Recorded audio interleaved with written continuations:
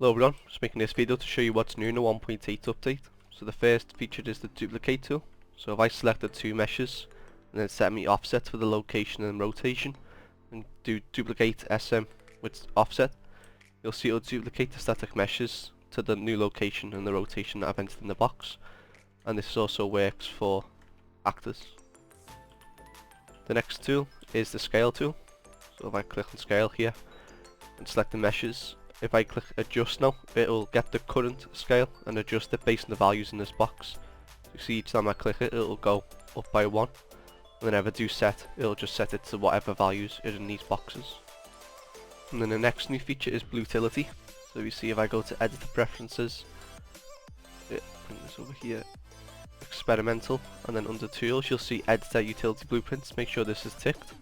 And then once that is ticked, we'll have the access to new tools like the log generator.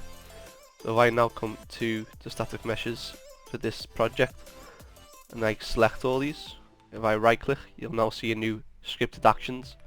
So I can now create LODs for all these meshes and click. So I do create, you can set your presets here, okay, and then it will do the LODs for all the meshes that you've got selected. And then once that's done, if you go to lit,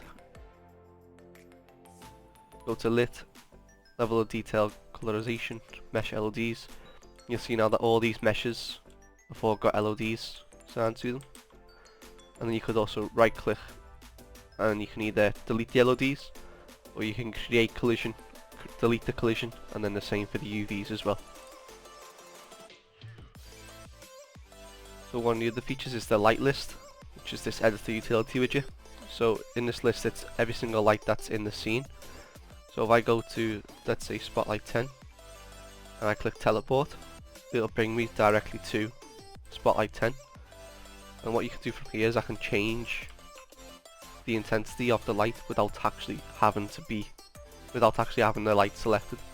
You can see it's changing here. You can change it here, refresh, and it'll update. You can also either make it visible or not visible, and you can just straight up delete out the scene.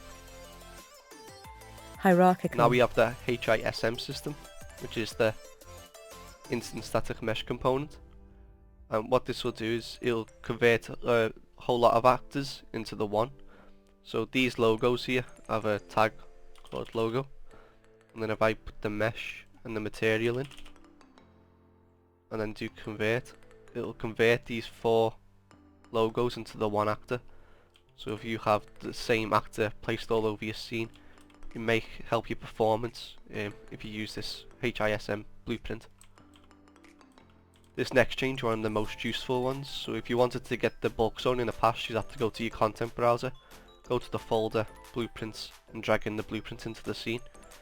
But now with this spawn BP bulk zone, it'll just spawn at your current location.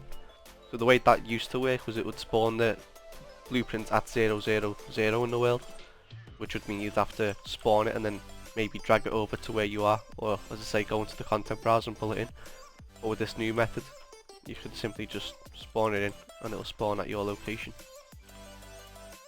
The changes made to the selected static mesh details tool is short, but it's a welcome change. So if I select all the cubes and then we click selected static mesh details, we have all these cubes listed. What you can now do is if you click on one of the names, you'll be teleported to that selected mesh. So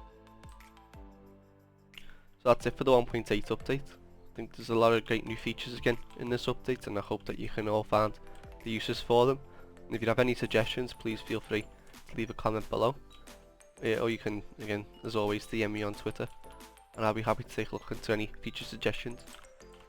So yeah, thank you for watching.